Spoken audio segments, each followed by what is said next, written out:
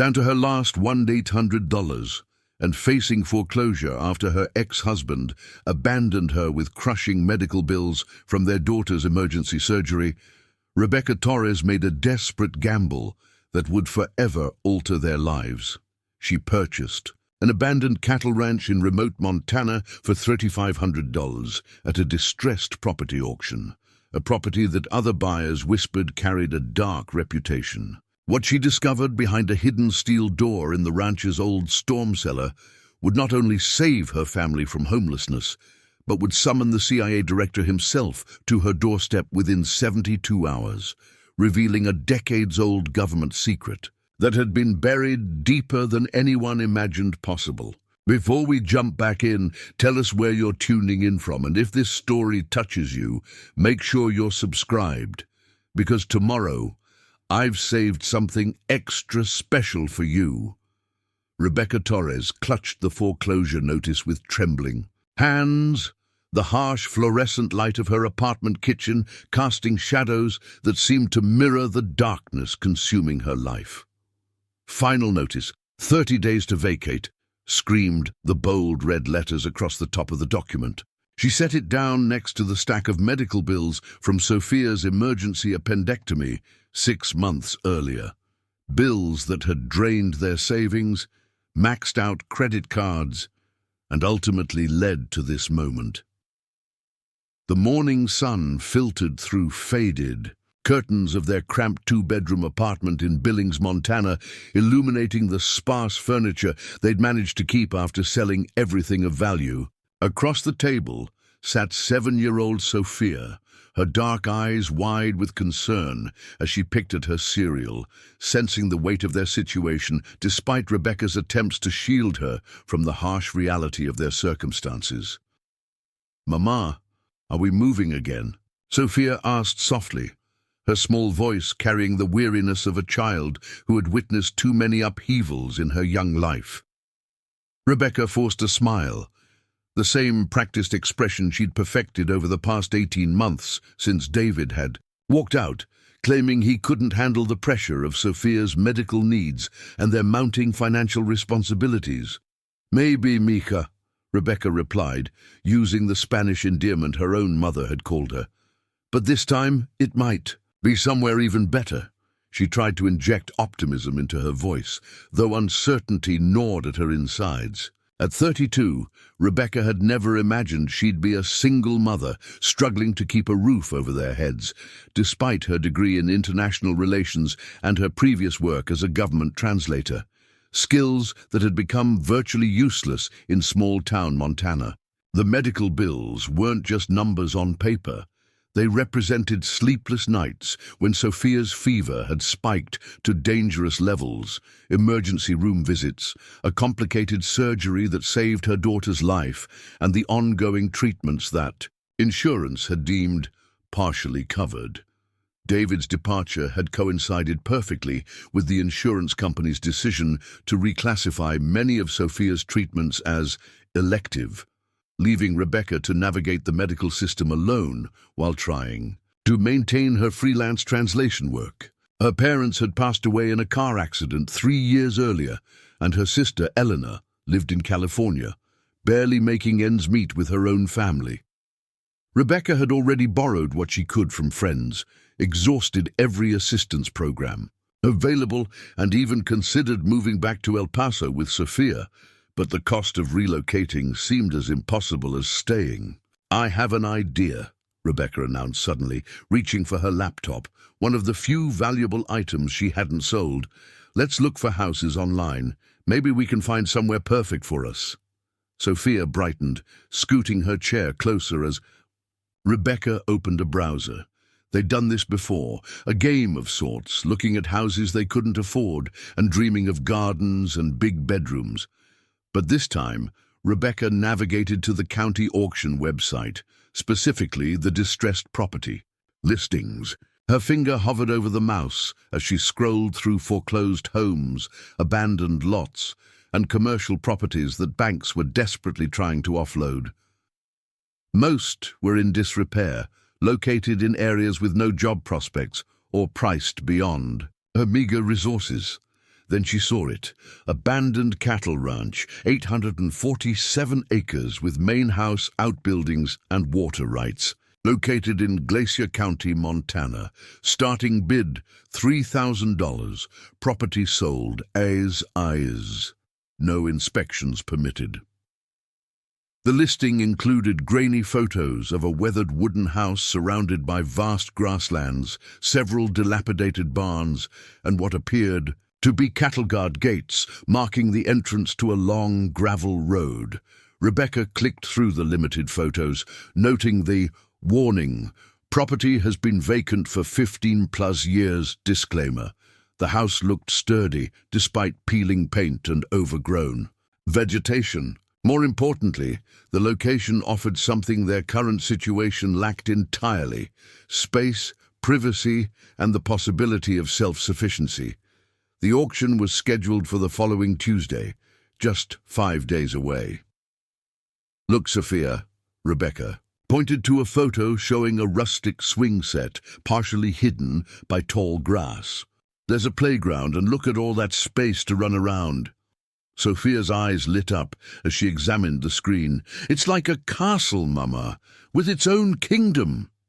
Her enthusiasm was infectious, and for the first moment in months, Rebecca felt a flicker of hope. She spent the rest of the night researching the property. The ranch had belonged to the Morrison family for 3 generations, before being abandoned in 2008, following what local news articles described as a family tragedy and mysterious circumstances. The details were vague, but property records showed it had been tied up in legal disputes until recently, when the county finally gained clear title for tax recovery. What struck Rebecca as odd was how little information existed about why such a valuable property had remained abandoned for so long. Ranch land in Montana, especially with water rights, typically sold quickly, even in distressed condition. Yet, this property had somehow been overlooked for over a decade. The starting bid was suspiciously low for 847 acres, even in remote Glacier County.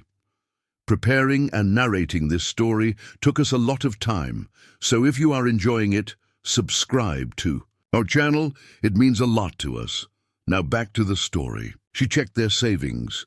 $1,847 remaining after paying for Sophia's latest prescription medications. If she could win the auction with a low bid, they'd have just enough left for basic supplies and the move. It was a massive gamble, using their last dollars on an unknown property in an isolated area, but the alternative was certain eviction and homelessness. The next morning, after dropping Sophia at school, Rebecca drove 2 hours to Glacier County to see the property in person. The Morrison Ranch sat at the end of a dusty gravel road, 10 miles from the nearest neighbor. As she pulled up to the wooden gate marked with a faded M brand, she felt both excited and apprehensive about what she might find. The main house was a substantial 2-story log structure with a wraparound porch and steep metal roof designed to shed heavy snow. Despite obvious neglect, broken porch railings, boarded windows, and vegetation growing against the foundation, the bones of the building appeared solid. The property included several outbuildings, a massive red barn, a machine shed, what looked like a bunkhouse, and a small building that might have been an office or workshop. Rebecca walked the perimeter of the house, peering through unboarded windows to see furnished but dust-covered rooms.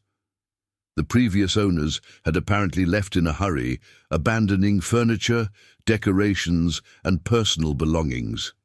She could see a stone fireplace in what must be the living room, a large kitchen with rustic wooden cabinets and hints of bedrooms on the upper floor. The setting was breathtaking. The house sat on a slight rise overlooking rolling grasslands that stretched to the horizon, with the Rocky Mountains visible in the distance. A creek ran along the eastern boundary of the property, and she could see the remnants of gardens and orchards that had once been carefully maintained. Despite the isolation, there was something peaceful about the silence. No traffic, no city, Noise, just the wind through the grass and the distant sound of water. As she explored the property, Rebecca noticed peculiarities that seemed inconsistent with a typical ranch.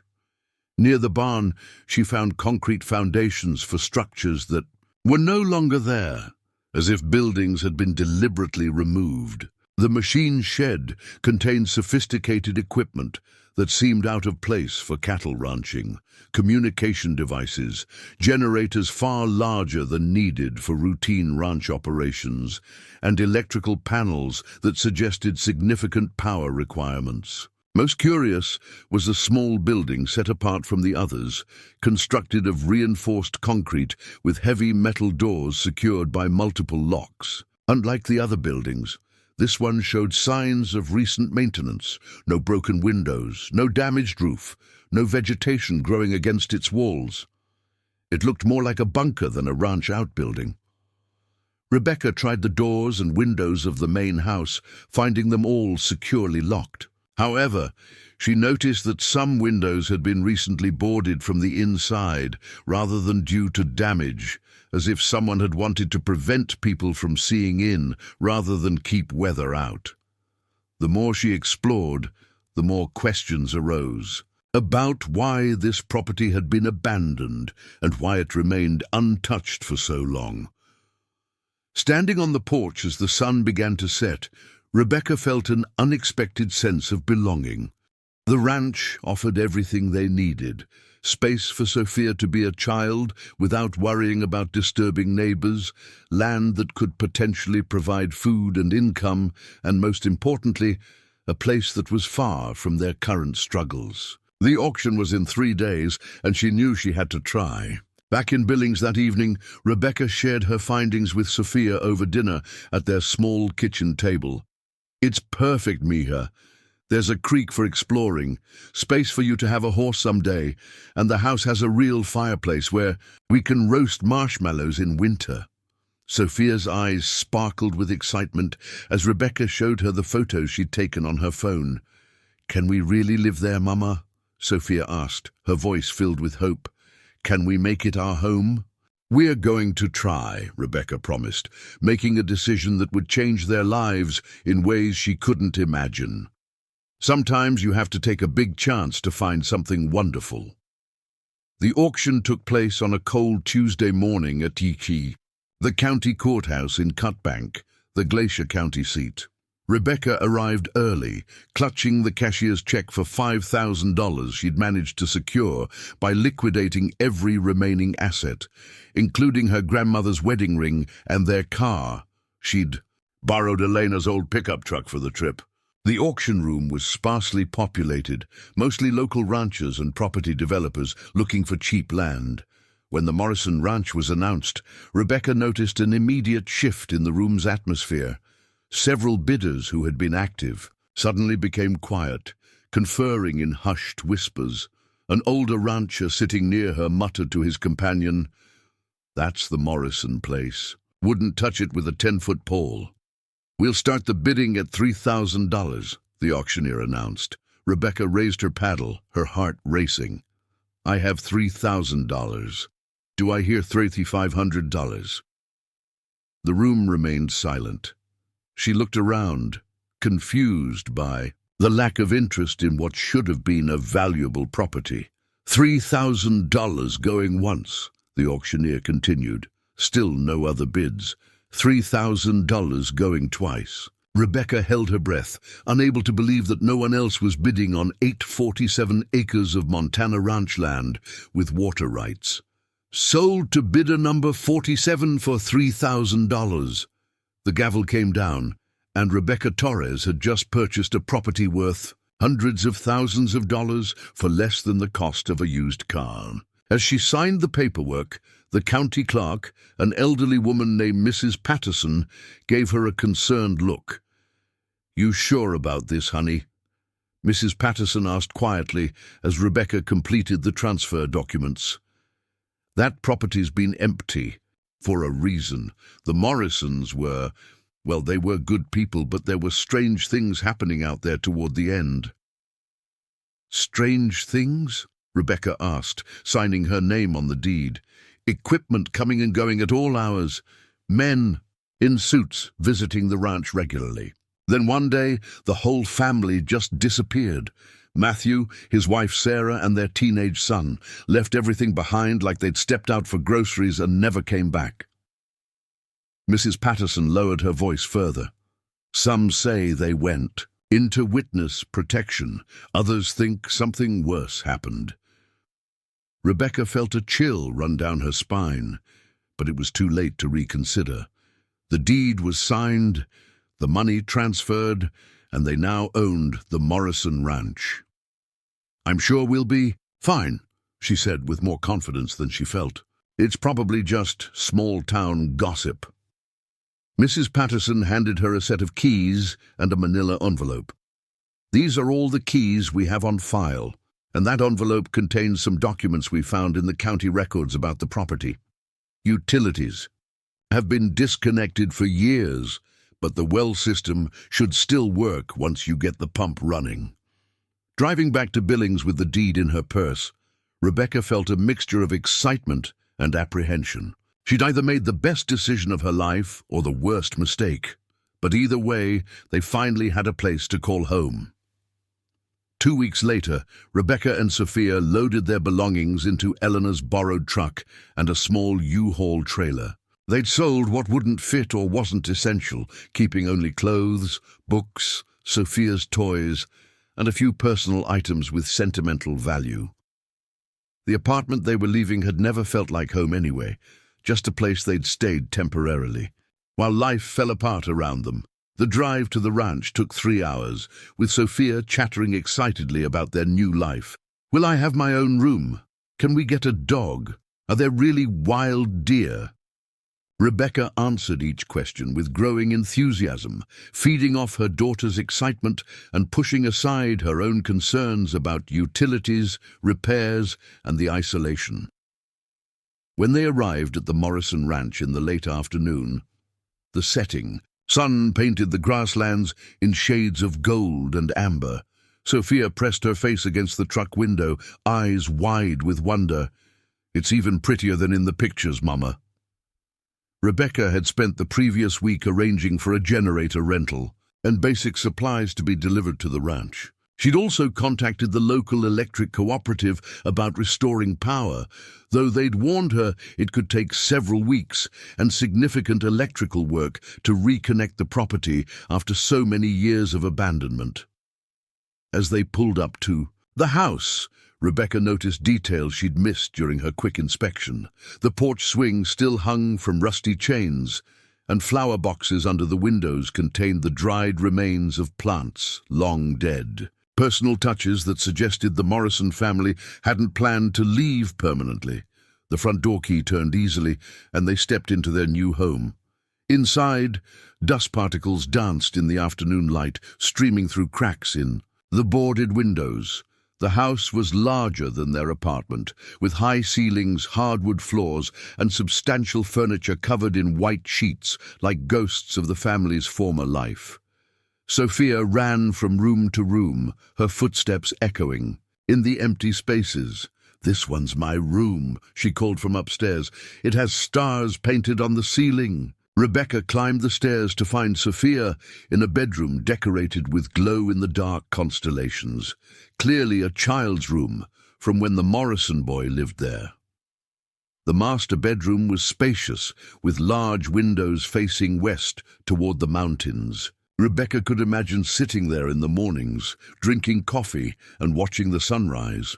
For the first time in months, she felt something approaching peace. They spent the evening unpacking essentials by lamplight, the generator providing enough power for basic needs. Rebecca cooked their first meal in the ranch kitchen, canned soup heated on a camp stove, while Sophia arranged her stuffed animals. On her new bed, despite the challenges ahead, there was something magical about their first night in their own home. "Mama," Sophia said, as Rebecca tucked her into bed, "I think we're going to be happy here." "I think so too, Misha," Rebecca replied, kissing her daughter's forehead, For the first time since David had left, she truly believed things might work out. Little did she know that their new beginning was about to become something far more extraordinary than either of them could imagine. The next morning arrived with brilliant Montana sunshine streaming through the gaps in the boarded windows, casting geometric patterns across the dusty hardwood floors. Rebecca woke to the sound of Sophia's laughter echoing from somewhere in the house, a sound that had become increasingly rare over the past year. She found her daughter in the kitchen, standing on a chair and peering out a window they'd managed to unboard the night before. "Mama, look! There's a family of deer in our yard," Sophia whispered excitedly, pointing to a doe and 2 fawns grazing peacefully near the old apple orchard. Rebecca joined her at the window, marveling at the sight. In their cramped Billings apartment, their view had been limited to a parking lot and dumpsters. Here, they owned a piece of paradise. After a breakfast of oatmeal and instant coffee, Rebecca began systematically exploring their new home. The previous day had been about getting settled. Today was about understanding what they'd inherited. Armed with a notepad and camera, she moved through each room, documenting what needed repair, what could be salvaged, and what they'd discovered about the Morrison family's life. The living room contained beautiful handmade furniture, an oak dining table that could seat 8, built-in bookcases filled with classic literature, and a piano that, despite being out of tune, showed signs of regular use. Family photos dotted the mantelpiece, the Morrisons at various ranch events, camping trips, and holiday gatherings. They appeared to be a close-knit family who'd built a good life in this remote location. What puzzled Rebecca was how personal items seemed frozen. In time, mail sat unopened on a desk in the study, dated just weeks before the family's disappearance. A half-completed jigsaw puzzle occupied a card table in the corner, and children's backpacks hung on hooks by the door as if waiting for Monday morning. It was as though the Morrisons had simply stepped outside and never returned. Sophia kept herself busy exploring while Rebecca worked, occasionally running in to share discoveries, a collection of rocks painted to look like animals, a box of board games, and a diary hidden under a loose floorboard in her bedroom. It belonged to someone named Jake, Sophia announced proudly. He was 12 and loved horses. "Can we get horses, Mama?" "We'll see, Mija. First, we need to make sure we have electricity and running water." Rebecca had contacted a local handyman, Tom Brennan, who'd agreed to come out the following day to assess the ranch's systems. The generator could provide temporary power, but they needed the main electrical system operational for winter heating and proper lighting. As she continued her inventory, Rebecca noted that despite years of abandonment, the house's infrastructure appeared remarkably sound. The roof showed no signs of leaking, the floors were solid, and the plumbing, while old, seemed functional once the water pump was restored. Someone had designed this house to last, built it with quality materials and craftsmanship that had withstood 15 years of neglect. In the master bedroom, Rebecca discovered a treasure trove of information about the ranch's operations. A filing cabinet contained detailed records of cattle management, land use, and financial statements that painted a picture of a successful operation. What interested her most were records of government contracts. The ranch had apparently served as a testing ground for sustainable agriculture practices, working with various federal agencies on soil conservation and organic farming techniques. One folder particularly caught her attention, labeled "Special Projects Confidential" in red lettering. Inside were contracts with agencies she didn't recognize, payment records for services that weren't clearly defined, and correspondence discussing environmental monitoring and data collection protocols. The language was bureaucratic and vague, but the payment amounts were substantial, far more than typical agricultural research would warrant.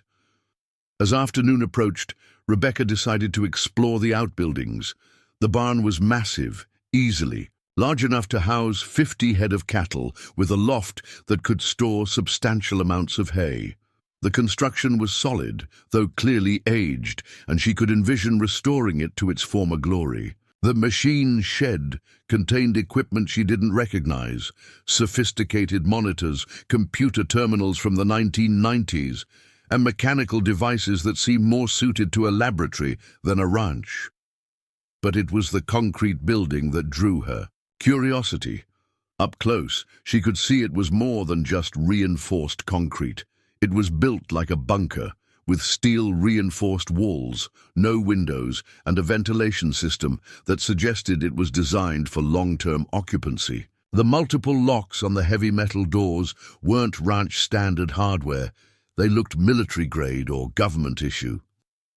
Rebecca tried every key from the collection Mrs. Patterson had given her, growing increasingly frustrated as none fit the bunker's locks. As she examined the doors more carefully, she noticed a small metal plate near the handle that might be a keycard reader, though it appeared to have no power. Technology from the 1990s, perhaps, designed for security clearance access. "Mama, what's in there?" Sophia asked, appearing beside her with a handful of wildflowers she'd picked from the field. "I'm not sure, sweetie. It's locked, and we don't have the right key." Sophia studied the door with the serious expression she wore when solving puzzles.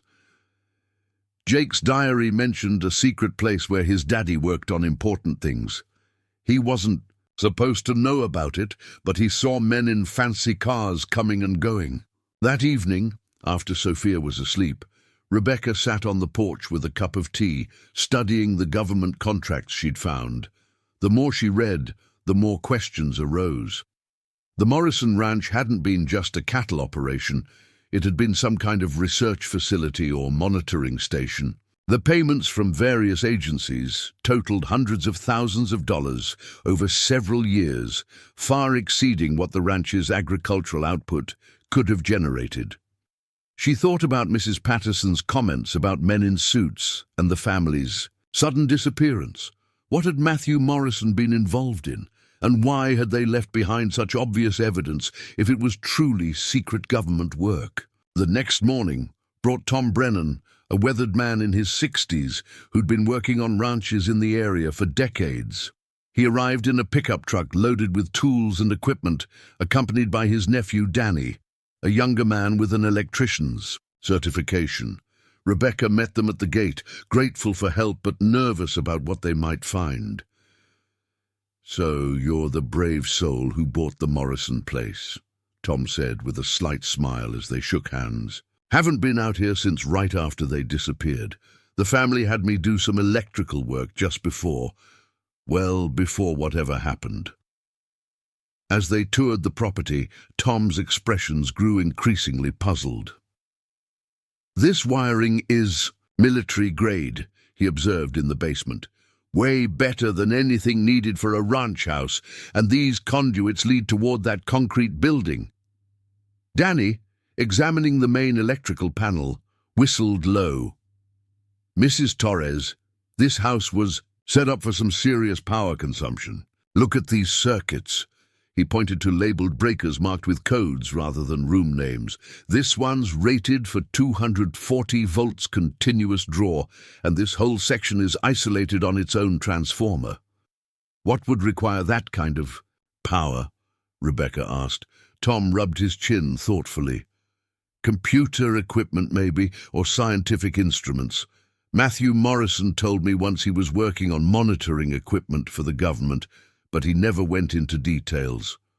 As the two men worked on restoring power to the main house, Rebecca returned to the concrete building with renewed determination. There had to be another way in or another key somewhere.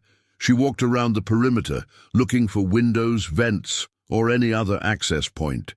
Behind the building, she found what appeared to be an emergency exit, a smaller door with different locks.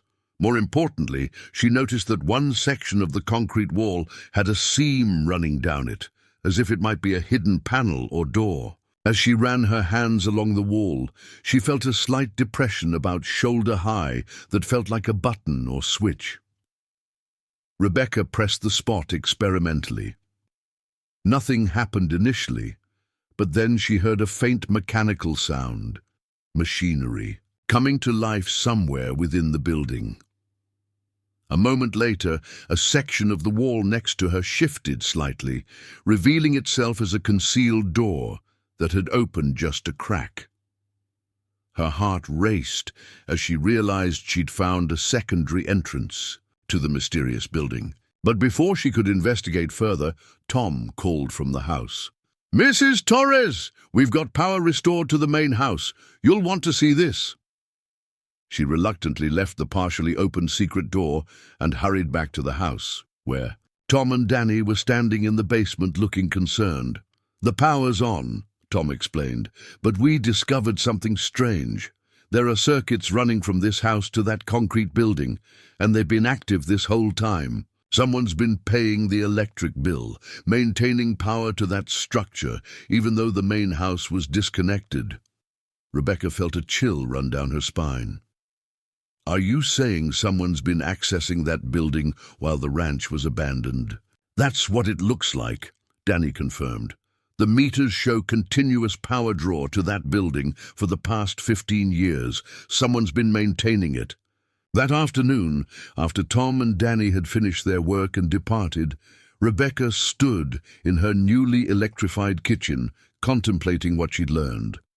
The Morrison family hadn't just disappeared. They'd left behind an active government operation that someone had been maintaining for 15 years, and now she'd accidentally triggered something that had opened a door into the heart of that operation. Sophia was napping upstairs, exhausted from a morning of helping the electricians and exploring every corner of their new property. Rebecca knew this was her chance to investigate the concrete building while her daughter was safely asleep. She couldn't ignore the mystery any longer, not when it was literally in her backyard and potentially affecting their safety. Rebecca approached the concrete building with a flashlight. Though the afternoon sun provided plenty of light, the secret door remained open just as she'd left it, revealing a narrow corridor that led into darkness. She took a deep breath and stepped inside. The corridor was short, perhaps 10 feet long, ending at another door, this one unlocked. Beyond it lay a room that took her breath away. Banks of monitors lined the walls, their screens dark but humming. With residual power, computer equipment from various eras filled the space, some clearly from the 1990s, others appearing more modern, as if the facility had been quietly updated over the years. But it was the filing cabinets and document storage that commanded her attention. Dozens of files, binders, and loose papers were organized on tables and shelves, as if someone had been actively working here recently. Rebecca moved to the nearest table where several folders lay open. The top document was stamped "Classified Project Clearwater" with a date from just 6 months ago. The contents made her hands shake as she read. Detailed surveillance reports on various properties across Montana and Wyoming, analysis of radio communications intercepts, and most disturbing of all, background checks on recent property purchases, including one with her name and photograph.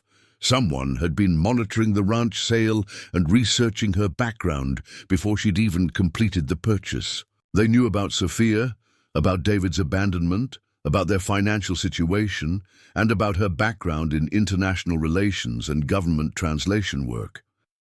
As she rifled through more documents, Rebecca began to understand the scope of what she'd stumbled into.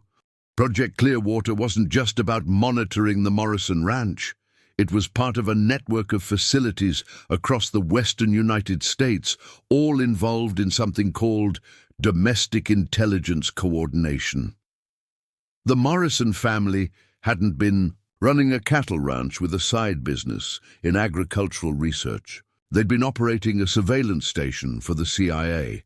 But the most shocking document was a memo dated the day before the Morrison family's disappearance, stamped "Eyes Only, Immediate Action Required." It authorized the relocation of station, Chief Morrison and family due to security breach, Project Clearwater compromised. The family hadn't vanished mysteriously. They'd been evacuated by the government. Rebecca's hands trembled as she read further.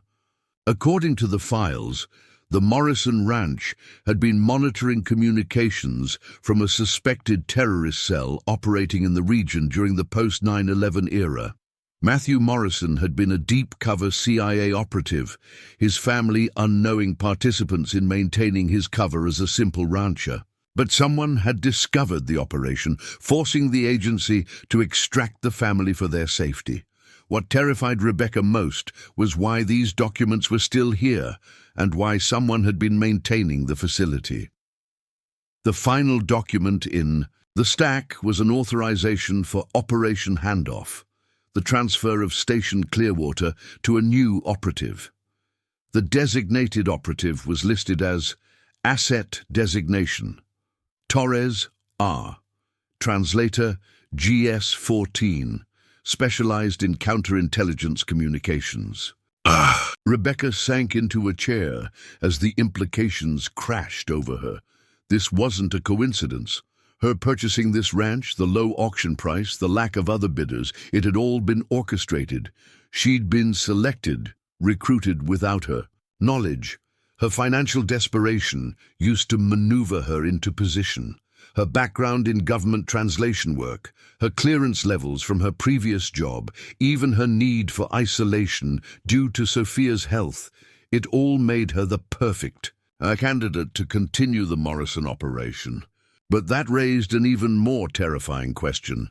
If she was intended to be the new station chief who had been maintaining the facility for the past 15 years, who had updated the equipment and kept files on her family? A sound from outside. The building made Rebecca freeze. Car engines, multiple vehicles approaching fast. Through the building's periscope system, which she now understood wasn't for ranch security but for surveillance, she could see 3 black SUVs racing up the long driveway toward the house. Panic flooded through her as she realized Sophia was alone in the house, napping upstairs. Rebecca quickly photographed several key documents with her phone, stuffed a folder marked Torres briefing materials into her jacket, and ran for the secret door.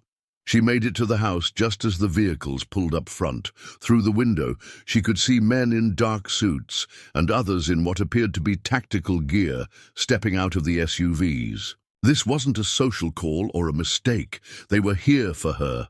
Rebecca raced upstairs to wake Sophia, her mind spinning with everything she'd discovered. As she gently shook her daughter awake, she could hear car doors slamming outside and authoritative voices discussing containment protocols and asset security. "Mama?" Sophia rubbed her eyes sleepily. "What's wrong?" "We have visitors, baby. Important people who need to talk to Mommy. I need you to be very brave and stay close to me." "Okay." Before Rebecca could say more, a firm knock came at the front door. 3 measured raps that seemed to echo with official authority. Taking Sophia's hand, Rebecca descended the stairs toward whatever was waiting beyond that door. As Rebecca reached for the door handle, she paused, thinking about how dramatically their lives had changed in just 48 hours. They'd come here seeking shelter from financial ruin and had stumbled into something that would alter their destiny forever. She thought about the documents upstairs, about David's abandonment, about the medical bills that had led them here. Perhaps this was why they'd been brought to this place, not just for refuge, but for a purpose greater than they'd ever imagined. Rebecca Torres, who had felt powerless for so long, was about to discover that she held more power and importance than she'd ever dreamed possible. Taking a deep breath, she opened the door to meet whatever fate awaited them, her daughter's small hand secure in hers, ready to face the unknown with courage born of necessity and love. The woman who answered that door was no longer just a struggling, single mother. She was about to become someone far more extraordinary than she had ever thought possible. Rebecca opened the door to face a tall woman in her 50s with silver-streaked hair, pulled back in a professional bun, wearing a crisp navy suit that somehow managed to look both authoritative and approachable. Behind her stood 2 men in tactical gear and another in a dark suit, but it was the woman who stepped forward with a calm, measured smile. "Mrs. Torres, I'm Director Patricia Hawkins, Central Intelligence Agency." She produced credentials that bore an official seal Rebecca recognized from her previous government work. "I apologize for the unannounced visit, but we need to speak with you urgently. I believe you've discovered something that belongs to us." Rebecca's grip tightened on Sophia's hand as her daughter peered curiously around her legs at the visitors. "The CIA director herself? For me?" Rebecca tried to keep her voice steady, though her heart was racing. "I think there's been some mistake." Director Hawkins's expression softened as she noticed Sophia. "There's no mistake, Mrs. Torres, and please don't be alarmed. We're not here to arrest you or take your home away. Quite the opposite, actually." She glanced at the tactical team behind her. "Gentlemen, please wait by the vehicles. This conversation requires privacy." As the men retreated, Director Hawkins continued, "Mrs. Torres, 15 minutes ago our monitoring systems detected that someone had accessed Station Clearwater for the first time since its official mothballing in 2008. Given that you're the legal owner of this property, and considering your background in government translation and intelligence work, I thought it best to address this situation personally." Rebecca hesitated, then stepped aside to allow Director Hawkins to enter. "You know about my background?" "I know quite a bit about you, Mrs. Torres. Your security clearance from your time with the State Department Translation Division, your expertise in multiple languages, including Arabic and Farsi, and your work on several classified communications intercepts." Hawkins paused in the entryway, taking in the restored ranch house. "I also know about your recent hardships, your divorce, your daughter's medical bills, and the financial pressures that led you to purchase this property." Sophia tugged on Rebecca's sleeve. "Mama, is the lady a spy like in the movies?" Director Hawkins smiled genuinely. "Something like that, sweetheart. What's your name?" "Sophia Torres, and I'm 7 years old. We just moved here from Billings because our apartment was too small and the neighbors were loud." Sophia studied Hawkins with the directness only children possess. "Are you here because of the secret room? Mama found it this morning." Rebecca felt heat rise in her cheeks. "Sophia, why don't you go play in the living room while the director and I talk?" "Julie," Hawkins interjected gently, "if it's all right with you, I'd prefer Sophia stay. What we're about to discuss affects her future as much as yours." She looked at Rebecca with an expression that mixed authority with genuine concern. "Mrs. Torres, may we sit? What I'm about to tell you will change your understanding of everything that's happened to you over the past year." They settled in the living room. Sophia curled up next to Rebecca on the couch, while Director Hawkins took the armchair that had belonged to the Morrison family. The afternoon light filtered through the newly unboarded windows, casting everything in warm, golden tones that seemed to soften the gravity of the situation. "First," Hawkins began, "let me apologize for the deception. Your purchase of this property wasn't as random as you believed. We've been monitoring your situation for some time, waiting for the right moment to approach you." Rebecca felt a mixture of relief and betrayal. "You orchestrated this, the low auction price, the lack of other bidders. You wanted me to buy this place." "Partially, yes," Hawkins admitted. "But Mrs. Torres, you have to understand, we didn't create your circumstances. We didn't cause your divorce or your daughter's medical emergency. We simply recognized an opportunity to help someone who could also help us." She leaned forward slightly. "Station Clearwater was one of our most successful domestic intelligence gathering operations from 2001 to 2008. Matthew Morrison was a decorated operative who maintained perfect cover while monitoring communications that prevented several potential terror attacks." Sophia looked up at her mother. "Mr. Morrison was like a secret superhero. In many ways, yes, Hawkins replied, then turned back to Rebecca. When the operation was compromised, we had to extract the Morrison family for their safety, but we couldn't simply abandon the infrastructure we'd built here. Too valuable, too strategically important. So you've been maintaining it for 15 years? Rebecca asked, thinking of the files she'd seen. Waiting for someone like me? We've been maintaining it, yes, but also evolving it. Station Clearwater's mission has changed with the times. We're no longer focused on foreign terrorism communications. Today, we're monitoring domestic threats, specifically identifying and tracking networks that pose threats to our democracy, our elections, and our national security. Hawkins paused. Mrs. Torres, your linguistic skills and your background in counterintelligence communications make you uniquely qualified to help us with this mission. Rebecca felt overwhelmed.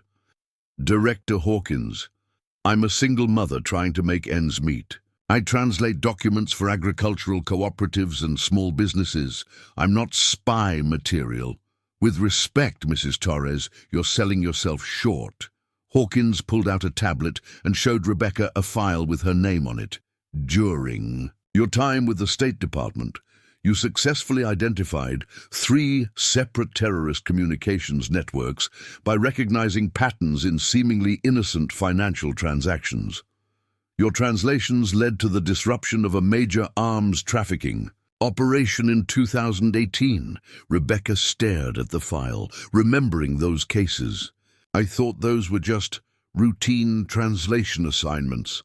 They were far from routine.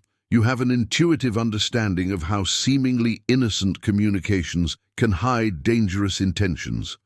That's exactly what we need for Operation Clearwater. You do. Director Hawkins stood and moved to the window, looking out at the vast Montana landscape.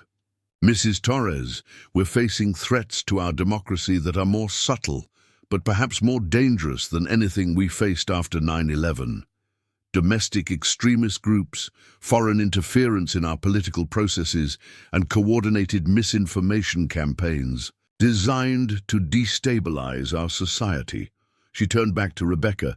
Station Clearwater's new mission is to monitor communications from groups operating in the heartland, militia organizations, extremist cells, foreign agents operating under deep cover in rural communities. Your location here is perfect for intercepting radio traffic, satellite communications, and internet chatter from across the western United States. And you want me to run this operation? Rebecca asked, still struggling to process everything. We want to offer you a choice, Hawkins corrected. You could continue living here as a private citizen. We'll seal the station permanently and you'll never be bothered again. Or you could accept a position as station chief for Operation Clearwater 2. 0. The compensation would be substantial, enough to ensure Sophia's medical needs are fully covered, her education funded through college, and your financial worries eliminated forever.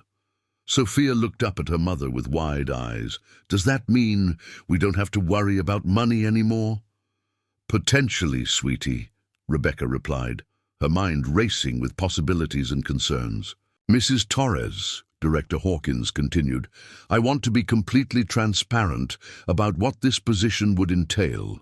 You would work from here, analyzing communications intercepts and identifying potential threats.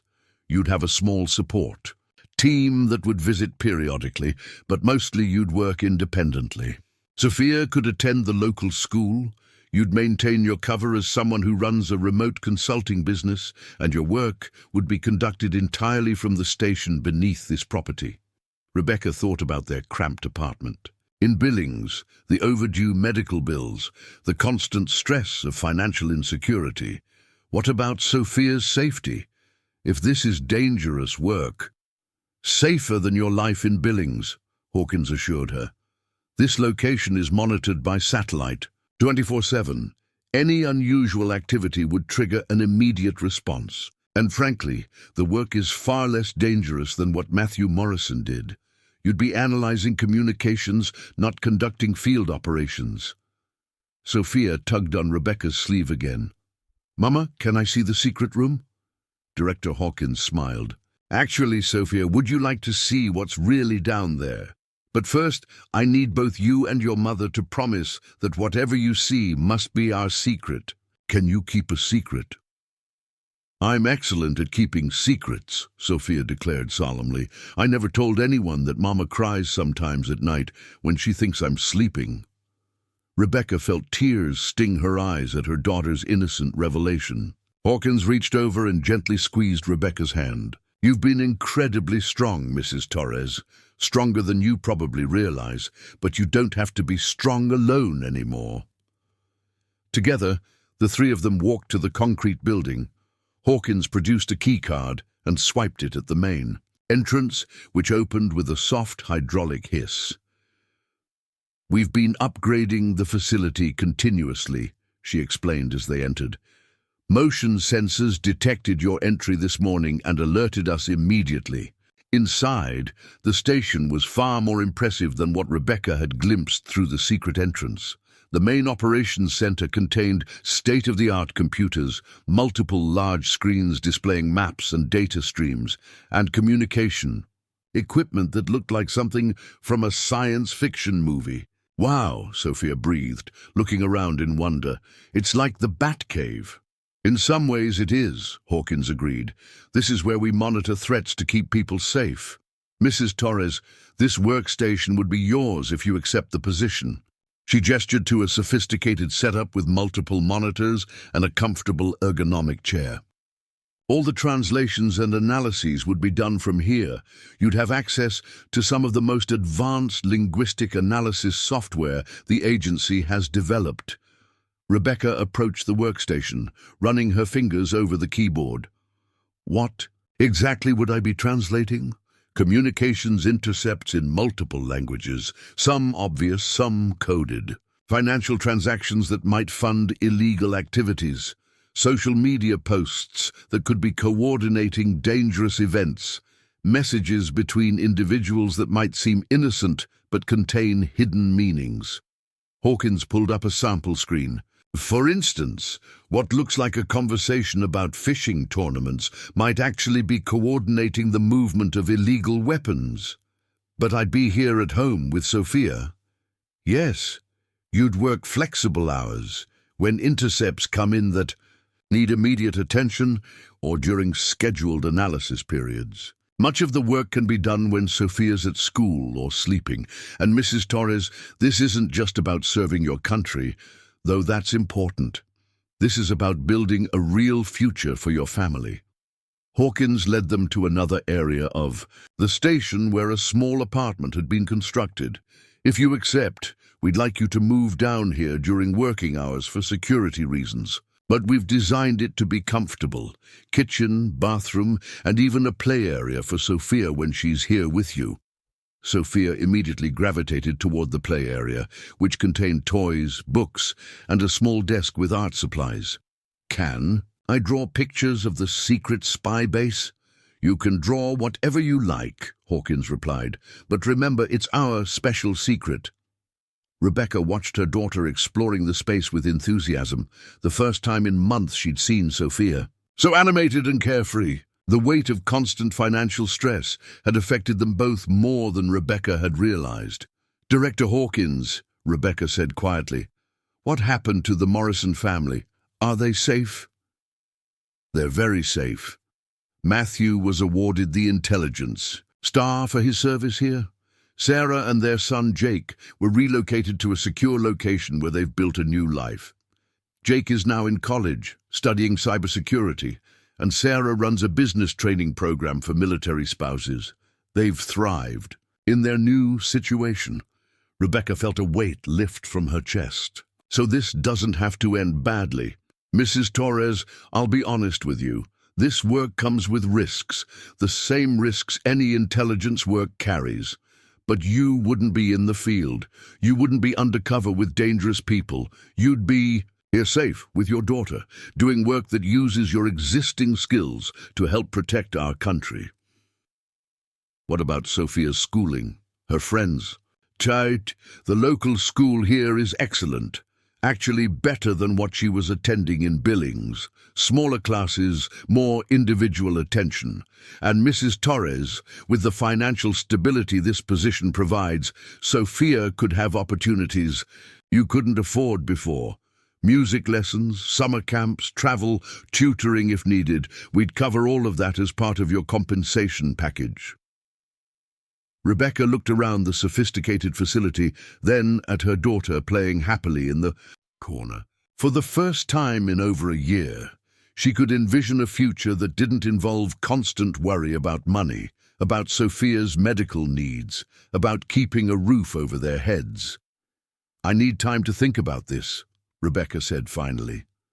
"Of course. But Mrs. Torres, I should mention that we've already begun processing payments for any medical bills you've accumulated. Consider it a signing bonus, regardless of your decision." Rebecca's eyes widened. "Even if I say no, even if you say no, we brought you into this situation and we're not going to let you suffer because of our choices." Hawkins handed her a tablet. "These are the full details of the compensation package, job description, and benefits. Take tonight to consider it. I'll return tomorrow for your answer." As they prepared to leave the station, Sophia ran to Rebecca with a picture she'd drawn. A stick-figure family inside, what looked like a cave filled with computers and screens. "Look, Mama, it's us being secret agents." "It's beautiful, Mija," Rebecca said, hugging her daughter. "Do you like it here?" "I love it. It's like we're important now, like we have a special mission." Sophia looked up at Director Hawkins. "Will we really help keep people safe?" "You will," Hawkins confirmed. "You and your mother would be doing something very important for our country." That evening, after Director Hawkins and her team had departed, Rebecca and Sophia sat on their porch watching the sunset paint the Montana sky in brilliant oranges and purples. The ranch felt different now, not just a place of refuge, but potentially a place of purpose. "Mama, are you scared?" Sophia asked, curled up in Rebecca's lap. "A little," Rebecca admitted. "But sometimes being scared means you're about to do something important." "I think we should do it," Sophia said matter-of-factly. "We could help people, and we wouldn't have to worry about money, and I could have horses." Rebecca laughed. The sound carrying across the open fields. "You want horses? Director Hawkins said there's room in the budget for horses if we want them." As night fell, Rebecca tucked Sophia into bed, then returned to the porch with the tablet containing the full details of the CIA's offer.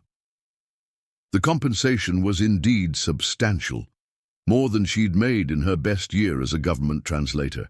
Full medical coverage for Sophia, education benefits, housing allowance, and a pension plan that would ensure their security for life. But more than the money, it was the chance to use her skills for something meaningful again. The years since David left had been about survival, paying bills, keeping Sophia healthy, just getting through each day. This opportunity offered the chance to thrive, to contribute, to be part of something larger than their daily struggles. Rebecca thought about her grandmother, who had fled Mexico with nothing but 3 children and a fierce determination to build a better life in America. Her grandmother had cleaned offices at night and taken in sewing during the day, working herself to exhaustion to give her children opportunities she'd never had. "Mija," her grandmother used to say, "sometimes God brings you to the edge of a cliff not to push you off, but to teach you that you can fly." Standing on the porch of their ranch house, looking out at land they owned under a sky full of brilliant stars, Rebecca realized she stood at such a cliff now. She could step back into the safety of anonymity, or she could leap forward into a future that offered both risk and unprecedented opportunity. Inside the house, she found the folder she'd taken from the station earlier that day. Among the documents was a letter addressed to the new station chief in Matthew Morrison's handwriting, With trembling hands, she opened it. "To whoever reads this," it began, "you're probably where I was 20 years ago, wondering if you're crazy for considering this. You're not. You're about to embark on the most challenging and rewarding period of your life. Station Clearwater saved my family in ways that had nothing to do with money. It gave us purpose, dignity, and the knowledge that our life had meaning. Your work here will matter, your sacrifice will be valued, and your family will be safe and provided for. Trust Director Hawkins. Trust the mission. Most importantly, trust yourself. You're exactly where you need to be." Matthew Morrison. Rebecca set the letter down and made her decision.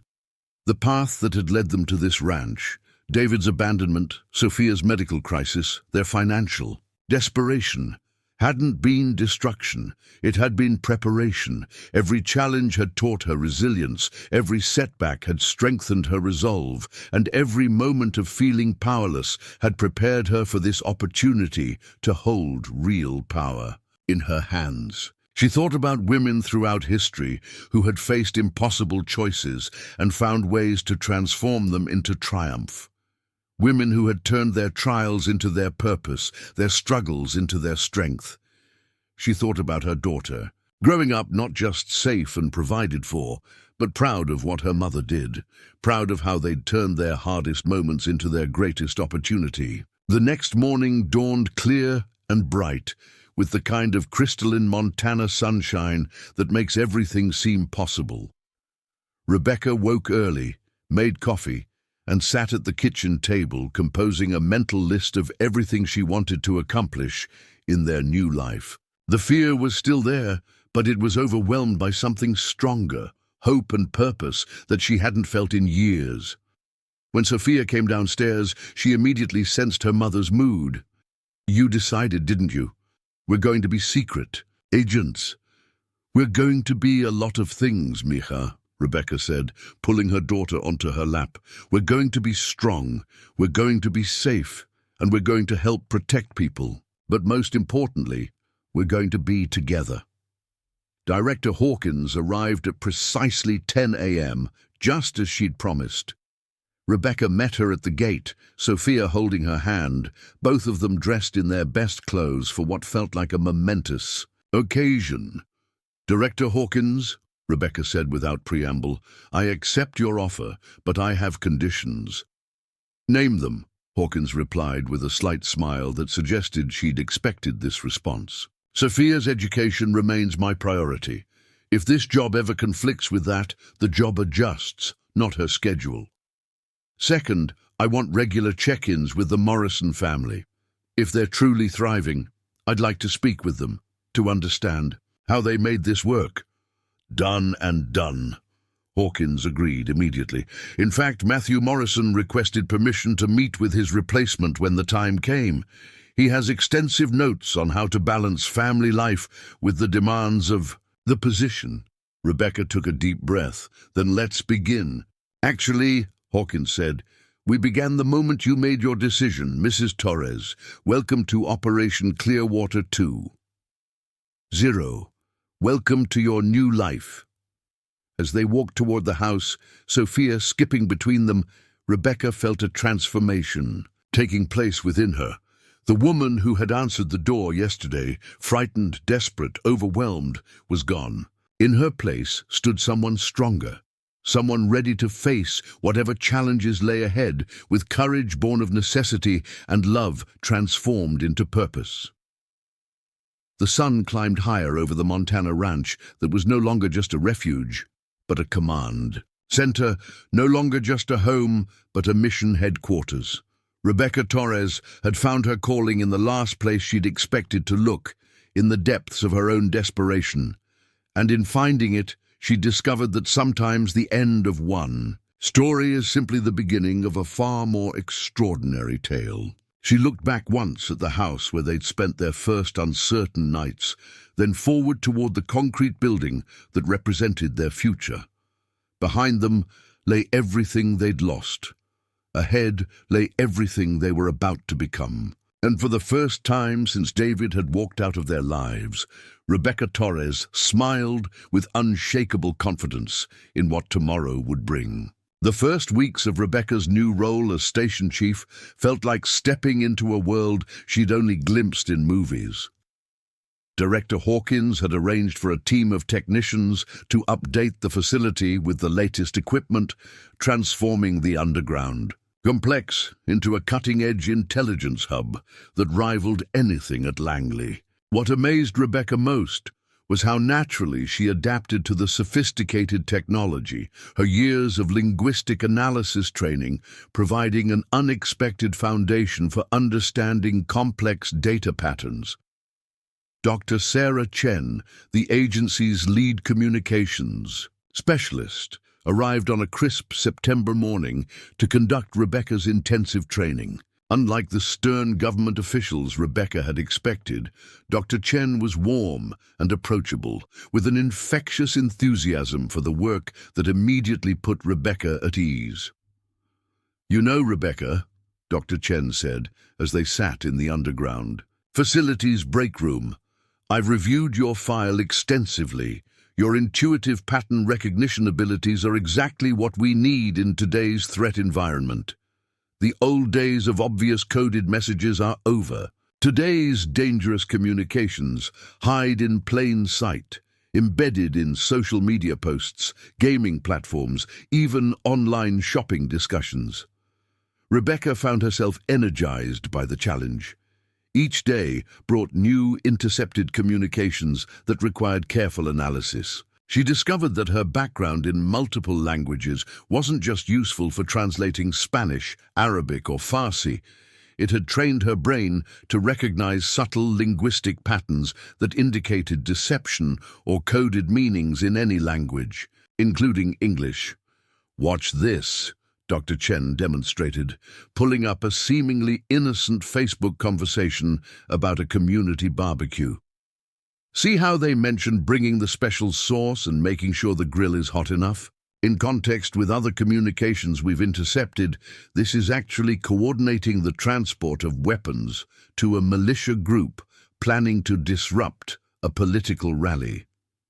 The work was intellectually stimulating in a way Rebecca hadn't experienced since her early days with the State Department.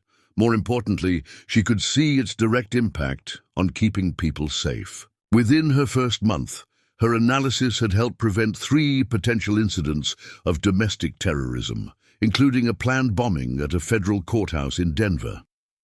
Sophia adapted to their new life with the remarkable resilience of childhood.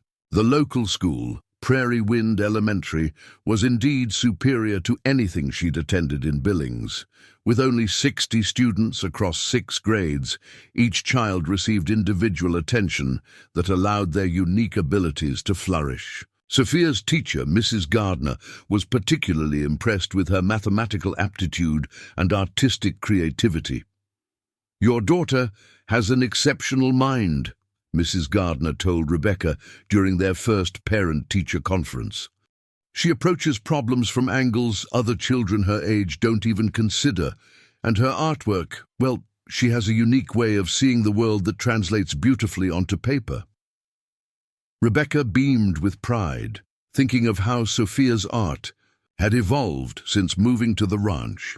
Her drawings had become more complex and detailed, often featuring intricate patterns that reminded Rebecca of the linguistic structures she worked with daily. Sometimes she wondered if Sophia had inherited her pattern recognition abilities.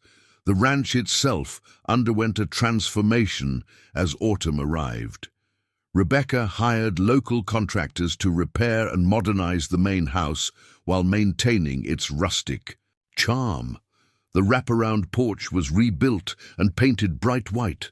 Flower boxes were installed and filled with hardy Montana perennials, and the interior was updated with modern conveniences while preserving its historical character. Most importantly, they were able to address Sophia's medical needs without the constant financial stress that had plagued them for years. Dr. Jennifer Martinez, a pediatric pulmonologist from Great Falls, began making monthly visits to monitor Sophia's asthma. To Rebecca's amazement, Sophia's condition had improved dramatically since their move to the clean mountain air. "I've rarely seen such improvement in a patient with severe asthma," Dr. Martinez observed during a routine visit. "The environment here is clearly beneficial, but I also think the reduction in stress for both of you has had a significant impact on her overall health." Rebecca knew Dr. Martinez was right. The constant worry about money, about keeping a roof over their heads, about whether they could afford Sophia's medications, had created a toxic stress environment that affected both of them. Now, with financial security assured and meaningful work to focus on, Rebecca felt years younger and more energetic than she had since before her divorce. The social aspects of their new life exceeded Rebecca's expectations. The small community around Prairie Wind was tight-knit and welcoming, though Rebecca had to be careful about maintaining her cover story. As far as the neighbors knew, she was a freelance translator who worked with international agricultural cooperatives, a story that allowed for the occasional visits from colleagues and her sometimes irregular schedule. Their nearest neighbors, the Johnsons, lived 5 miles away and owned a horse ranch.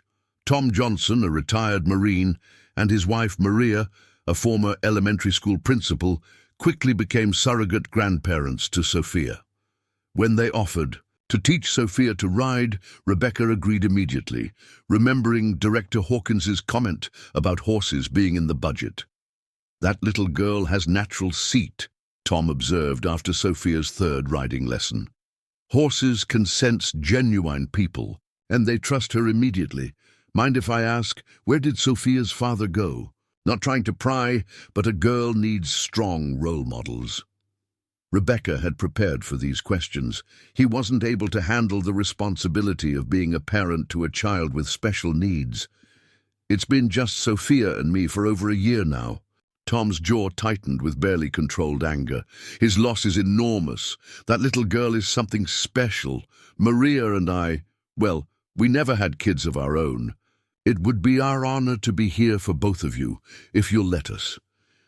These unexpected friendships enriched their lives in ways Rebecca hadn't anticipated.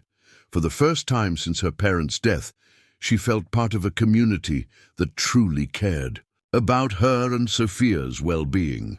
The isolation she'd feared from living in such a remote location was replaced by a sense of belonging that urban life had never provided. The work at Station Clearwater continued to evolve and challenge Rebecca in profound ways. By October, she was handling increasingly complex cases that required not just linguistic analysis, but cultural understanding and psychological profiling. The agency had equipped her with access to psychological consultants and terrorism experts who could provide additional context for particularly difficult intercepts. One case particularly captured her attention: communications from a group calling themselves the American Heritage Coalition that operated cells across Montana, Wyoming, and the Dakotas. Their messages contained sophisticated, coded language that initially appeared to be discussions about historical reenactments and patriotic education. "There's something different about this group," Rebecca explained to Dr. Chen during one of their weekly video consultations. "Their coding system isn't just about concealing criminal activity. They're building something, an ideology, a narrative that justifies violence as patriotic duty. It's more dangerous than simple criminal organizations because they genuinely believe they're saving America." Dr. Chen nodded gravely. "We've been tracking similar groups nationwide. Your analysis has been particularly valuable because you understand how they're radicalizing rural communities through language that appeals to legitimate concerns about economic displacement and cultural change." Rebecca's success in decoding the Heritage Coalition's communications led to the prevention of a planned attack on a Native American cultural center and the arrest of 12 individuals involved in weapons trafficking.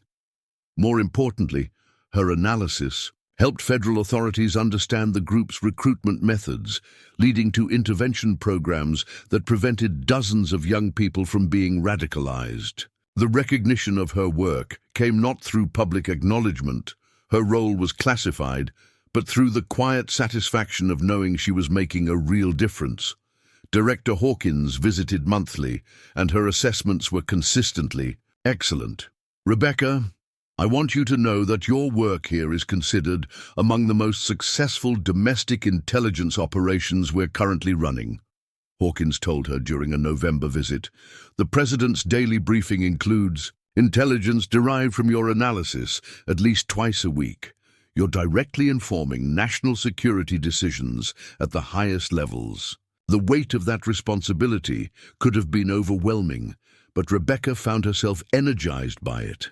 Every intercepted communication, every decoded message, every pattern she identified potentially saved lives. The work gave meaning to everything they'd been through: David's abandonment, Sophia's medical crisis, their financial desperation. All of it had led to this moment where she could use her skills to protect people. As winter approached, Rebecca reflected on how completely their lives had transformed. The desperate woman who had bought an abandoned ranch at auction barely 6 months ago seemed like a different person entirely. That woman had been focused on survival, on simply getting through each day. This woman was building something lasting, something important. Sophia had flourished beyond Rebecca's wildest dreams. Her academic performance was exceptional, her health was stable, and she'd developed a confidence that came from feeling secure and valued. She'd made friends at school, learned to ride horses, and even joined the local 4-H club where she was working on a project about sustainable agriculture, a subtle nod to their official cover story. "Mama," Sophia said one evening as they sat by the fireplace, "I'm glad we moved here. I don't remember being this happy before." Rebecca pulled her daughter closer, watching the flames dance in the renovated stone fireplace. "I'm happy too, Mija, more than I've ever been." "Do you miss Daddy at all?" Sophia asked, her voice small. Rebecca considered the question carefully. "I miss who I thought he was. I miss the idea of having a partner to share things with. But I don't miss the person he actually turned out to be. Sophia, we're doing fine on our own. Better than fine." Sophia nodded solemnly. "I think we're exactly where we're supposed to be." The intelligence work continued to challenge and reward Rebecca throughout the winter months. She developed a reputation within the agency for her ability to detect emerging threats before they fully manifested. Her analysis had identified 3 separate networks planning various forms of domestic terrorism, leading to preventive interventions that saved countless lives. But it was a case in early December that truly tested her abilities and changed her perspective on the broader implications of her work. The intercepts came from a group that called itself the New Minutemen, ostensibly a militia organization focused on border security. Their communications contained references to something called Operation Clean Slate, a plan that seemed to involve coordinated attacks on multiple government facilities. "This is different," Rebecca told Dr. Chen during an emergency consultation. "Their communication patterns suggest this isn't just another militia group. There's foreign influence here. The linguistic markers are subtle, but they're there. Someone with advanced training in psychological operations is helping them organize."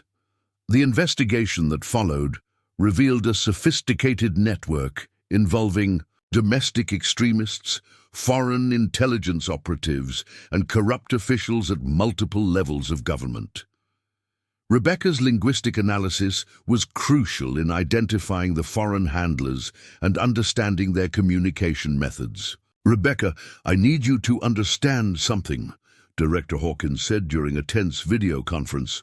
"Your work on the New Minutemen case has uncovered something that goes to the highest levels of our government. We're talking about elected officials who've been compromised by foreign intelligence services. This is potentially bigger than Watergate." The realization that her work had such far-reaching implications was both thrilling and sobering. Rebecca understood that she was no longer just analyzing communications about conventional domestic terrorism. She was helping to uncover threats to the very foundations of American democracy. The case required months of careful analysis and coordination with multiple agencies. Rebecca found herself working longer hours, sometimes staying in the underground facility late into the night, while Sophia slept peacefully in the house above. The work was exhausting but necessary, and she was grateful for the support system they'd built in the community. Maria Johnson often picked Sophia up from school and brought her to the ranch for horseback riding lessons, giving Rebecca the flexibility to focus on critical analysis when needed. Tom helped with maintenance around the property, treating it as if it were his own family's home. The relationships they'd built had become genuinely familial. Spring arrived with a sense of renewal and accomplishment. The new Minutemen investigation had resulted in the arrest of over 40 individuals, including 2 members of Congress and a federal judge, who had been passing classified information to foreign agents. The foreign intelligence operatives behind the operation were expelled from the country, and the entire network was dismantled. Rebecca's role in the operation remained classified, but she received a private commendation from the Director of National Intelligence and a substantial bonus that she immediately invested in college savings accounts for Sophia. The work had confirmed that her decision to accept the position had been the right choice, not just for their financial security, but for the contribution she could make to national security.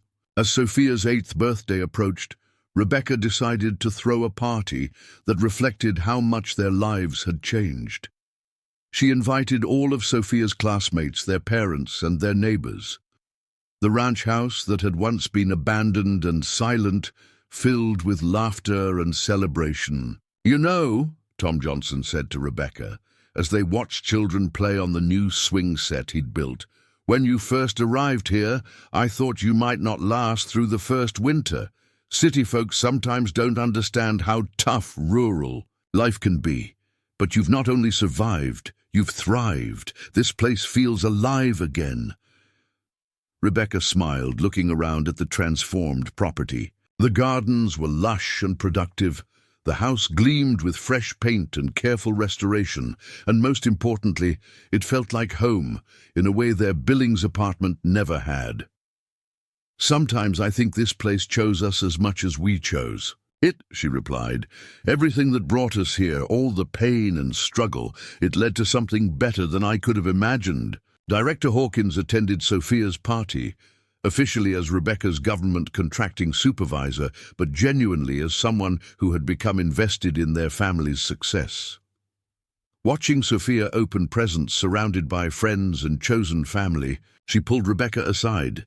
"You've exceeded every expectation we had when we recruited you," Hawkins said. "But more than that, you've created something here that Matthew Morrison never managed, a life that perfectly balances the demands of the work with genuine community and family happiness.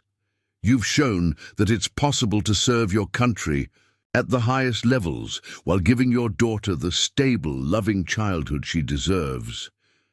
As the party wound down and guests departed, Rebecca reflected on the journey that had brought them to this moment. The woman who had answered the door to CIA agents less than a year ago had been broken, desperate, and alone.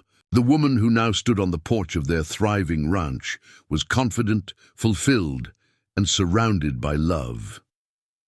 Sophia joined her on the porch as the last guest's car disappeared down the driveway. "Mama, this was the best birthday ever. But you know what the best part was? What, mija? Seeing you smile so much. You smile all the time now, not just when you think I need you to." Rebecca felt tears of joy prick her eyes. "Do you know why I smile so much now?" "Because we're home," Sophia said simply. "Really home, not just staying somewhere until we have to leave again." As night fell over the Montana prairie, mother and daughter sat together on their porch swing, watching stars appear in the vast sky above. The house behind them was warm and secure. The underground facility below contained technology that helped protect their country, and the land around them was theirs to cultivate and enjoy. Rebecca Torres had learned that sometimes the end of one life is simply the beginning of another, one richer, more meaningful, and more deeply connected to purpose than anything she'd previously imagined possible. The abandoned ranch had given them more than shelter. It had given them a mission, a community, and a future limited only by their own courage and determination. The woman who had once felt powerless now held real power, the power to protect democracy, to provide for her daughter's future, and to build a legacy of service that would outlast her own lifetime. And in the quiet moments before sleep, Rebecca knew with absolute certainty that every challenge they'd faced had been preparation for this extraordinary life they were now living. The second year at Morrison Ranch brought challenges that tested Rebecca's skills in ways she hadn't anticipated. As her reputation within the agency grew, she was assigned increasingly complex cases that required not just linguistic analysis, but strategic thinking about long-term national security implications. The intercepts coming through Station Clearwater now included communications from international networks, attempting to destabilize American infrastructure through cyber attacks and coordinated disinformation campaigns. Dr. Elena Vasquez, a former NSA cryptographer, arrived in late May to help Rebecca upgrade her capabilities in digital forensics and cyber intelligence. Unlike previous consultants who visited briefly, Dr. Vasquez would be stationed at the ranch for 6 months to establish a new protocol for analyzing digital communications that combined traditional linguistic patterns with advanced algorithmic detection. Rebecca, your success with human intelligence and pattern recognition has drawn attention at the highest levels, Dr. Vasquez explained as they toured the newly expanded underground facility.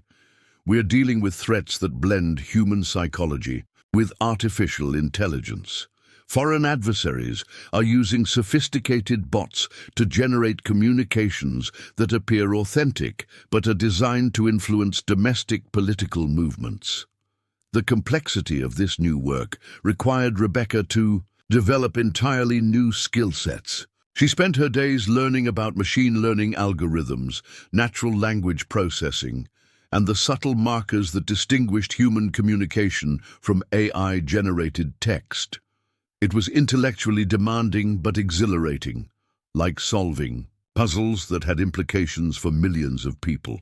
Sophia, now 8 and demonstrating remarkable maturity beyond her years, had become an integral part of their cover story. Her 4-H project on sustainable agriculture had won state recognition, providing a perfect explanation for the various experts and officials who visited the ranch.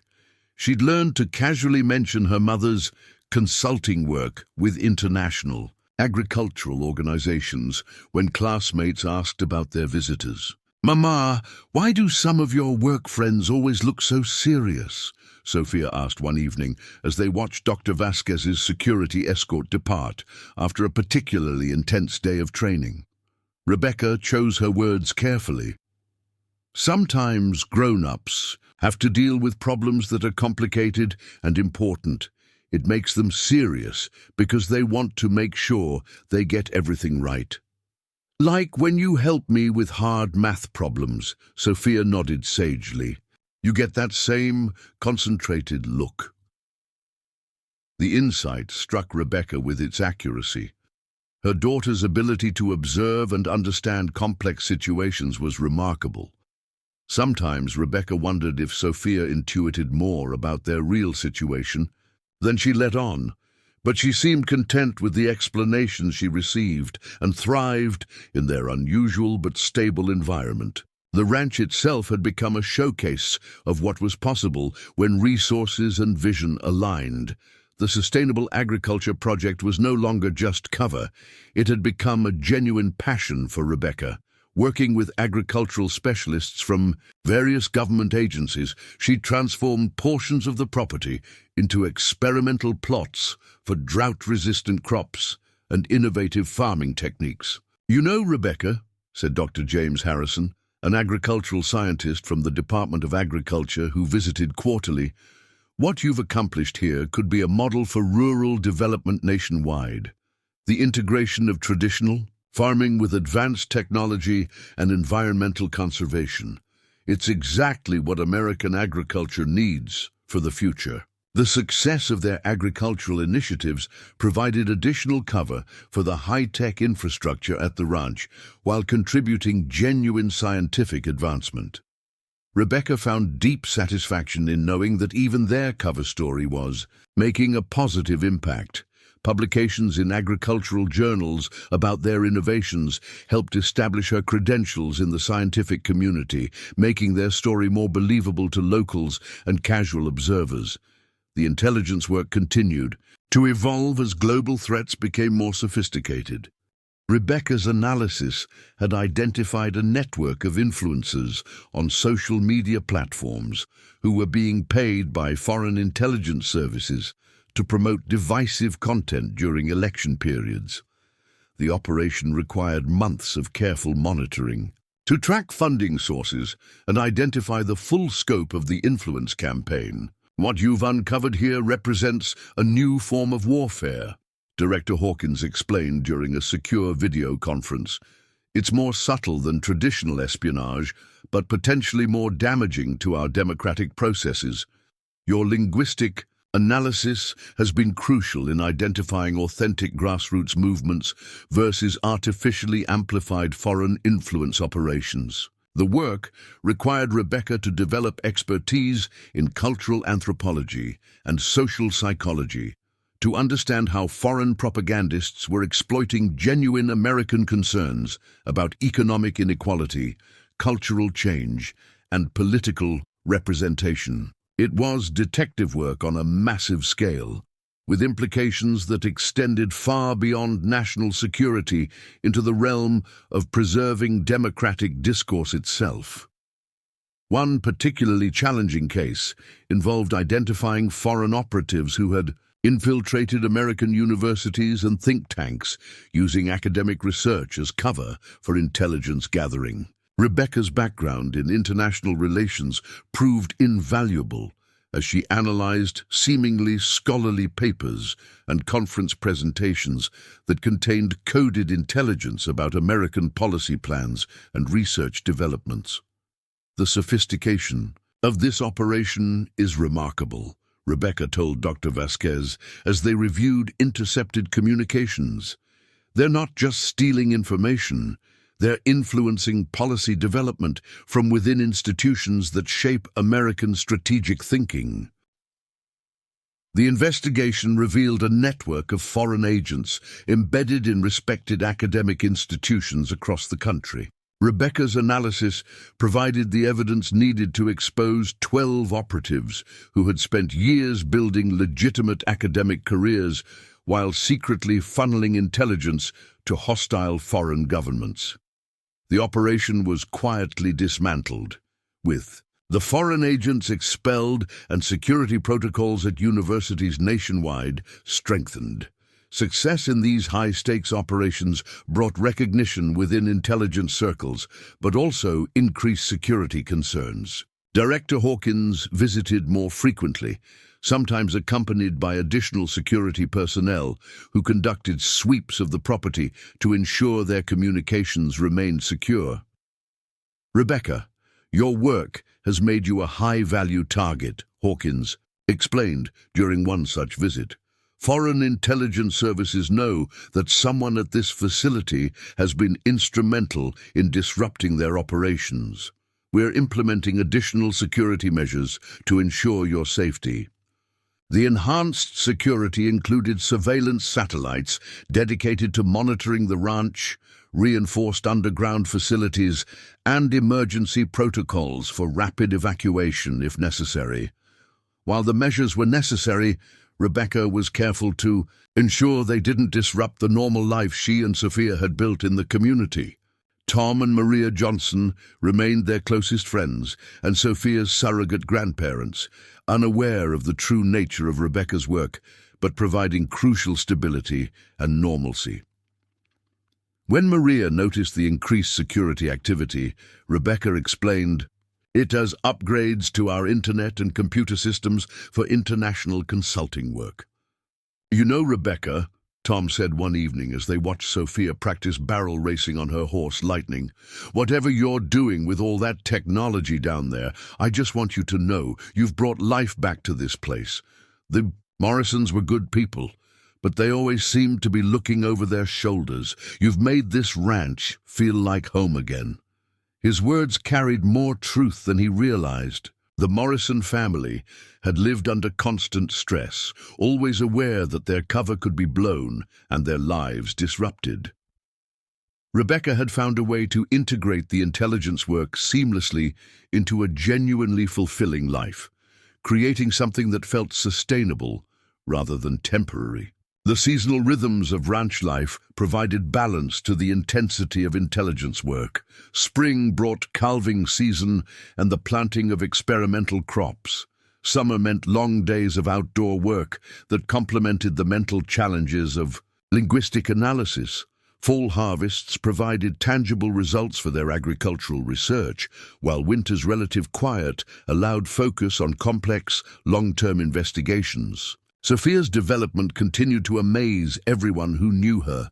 Now 9 years old, she demonstrated not only academic excellence, but emotional intelligence and leadership abilities.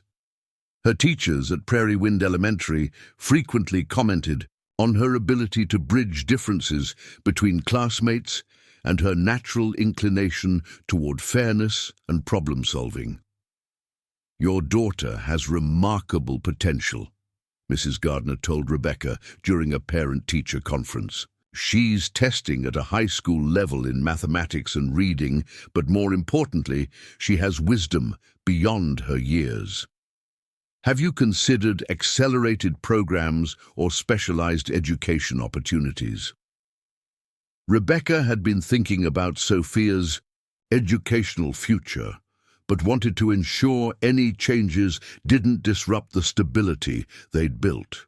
With Director Hawkins's assistance, she began exploring options for enrichment programs that would challenge Sophia intellectually while allowing her to remain connected to their community and continue her equestrian pursuits. The solution came from an unexpected source.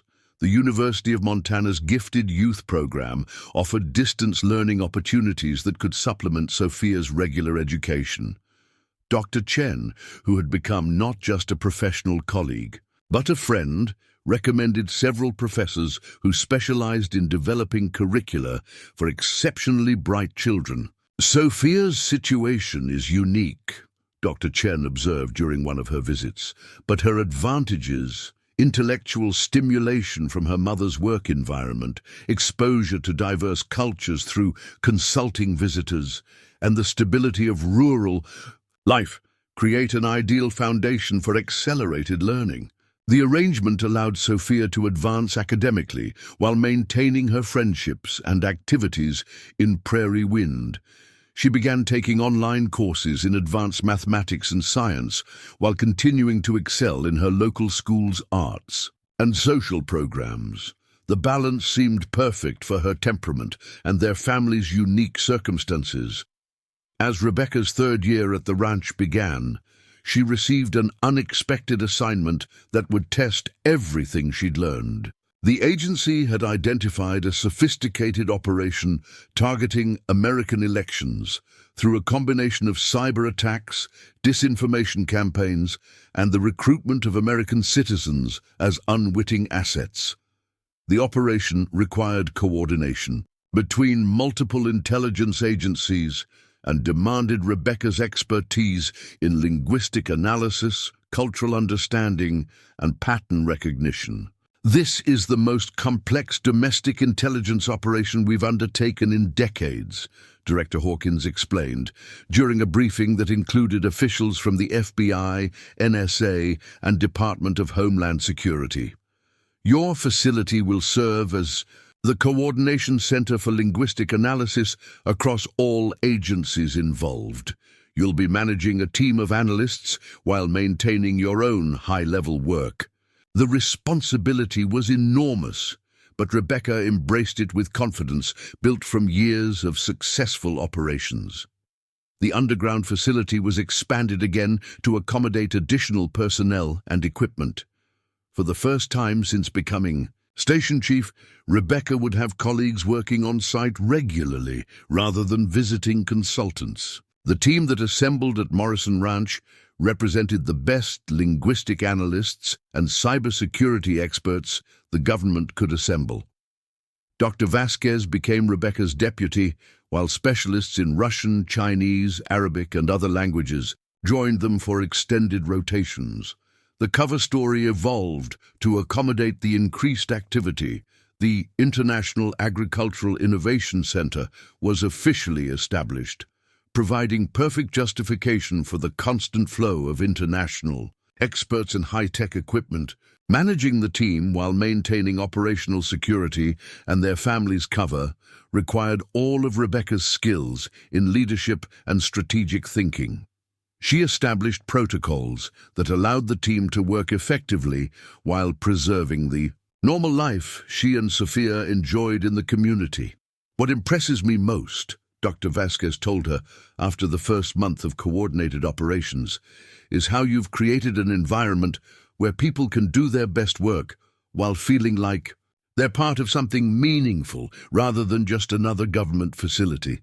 The election security operation proved to be Rebecca's greatest professional triumph. Over 18 months, her team identified and neutralized foreign influence campaigns, targeting 17 different election races across 12 states. They traced funding sources through cryptocurrency transactions, analyzed millions of social media posts to identify bot networks, and provided evidence that led to the arrest of dozens of American citizens who had been unwittingly recruited as propaganda distributors. More importantly, their work helped preserve the integrity of democratic processes. By identifying disinformation campaigns early, they enabled platforms and media outlets to implement countermeasures. By tracking financial flows, they provided evidence for sanctions against foreign entities attempting to interfere in American elections. By analyzing linguistic patterns, they helped differentiate between legitimate political discourse and artificially amplified foreign propaganda. Rebecca, I want you to understand the scope of what you've accomplished, Director Hawkins said, during a post-operation debriefing that included senior officials from across the intelligence community. Your work has directly protected American democracy. The President has personally commended this operation, and there's serious discussion about establishing permanent centers like this one across the country. The recognition was gratifying. But what meant more to Rebecca was the knowledge that Sophia was growing up in a democracy that remained strong, partly because of their work. The abstract concept of national security had become deeply personal. They were protecting not just their fellow citizens, but their daughter's future. As Sophia approached her 10th birthday, Rebecca reflected on how their journey had exceeded every dream she'd held during those desperate days in Billings. The financial security the agency provided had allowed Sophia to pursue interests and develop talents that would have been impossible before. She'd become an accomplished equestrian, a gifted student, and a confident young person who felt secure in her place in the world. "Mama," Sophia said one evening as they sat on their porch watching the sunset, "I know you can't tell me everything about your work, but I want you to know I'm proud of you. You help people, don't you? In important ways." Rebecca felt her heart swell with pride and love. "Yes, Mija, I do my best to help people stay safe and free." "Good," Sophia replied with satisfaction. "That's what I thought." And someday, when I'm grown up, I want to help people too. Maybe not exactly the same way, but in my own way. The wisdom and maturity in her daughter's words reminded Rebecca of her grandmother's teachings about purpose and service. She'd often told young Rebecca that the greatest success in life came not from accumulating wealth or recognition, but from using your gifts to benefit others. Rebecca had found her way to that kind of success, and she could see Sophia developing the same values. The third anniversary of their arrival at Morrison Ranch was marked not with celebration, but with quiet satisfaction. Director Hawkins visited for the occasion, bringing news that would shape their future in unexpected ways. Rebecca, the success of Station Clearwater has led to a broader initiative, Hawkins explained as they walked through the productive gardens, that had become a testament to sustainable agriculture. We're establishing a network of similar facilities, and we'd like you to oversee the program.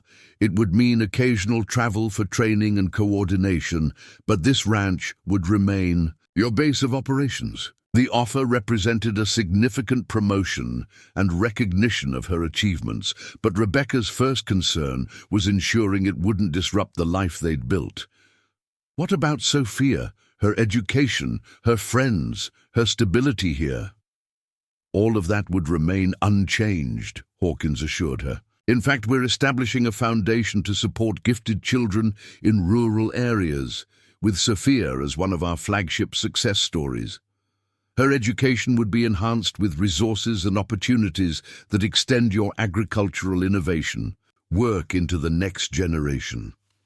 As Rebecca considered the offer, she thought about the transformation that had brought them to this point. The desperate woman who had bought an abandoned ranch at auction had become a leader in protecting American democracy. The sick child, whose medical bills had driven them to desperation, had become a thriving young person with limitless potential. The broken family fleeing financial ruin had become the foundation for a new model of intelligence operations that balanced service to country with genuine community and family life. Standing on the land that had given them everything, security, purpose, community, and hope, Rebecca knew that accepting this new role was the natural next step in their journey. They had found their calling not just in survival, but in service. And as she looked at Sophia playing with the horses in the paddock, Rebecca knew that whatever challenges lay ahead, they would meet them together, stronger and more capable than ever before. The abandoned ranch had taught them that sometimes the things that seem like endings are actually new beginnings in disguise. And this new beginning, with its expanded mission and broader impact, promised to be the most meaningful chapter yet in their extraordinary story of transformation, resilience, and service to something greater than themselves. Up next, you've got 2 more standout stories right on your screen. If this one hit the mark, you won't want to pass these up. Just click and check them out. And don't forget to subscribe and turn on the notification bell so you don't miss any upload from us.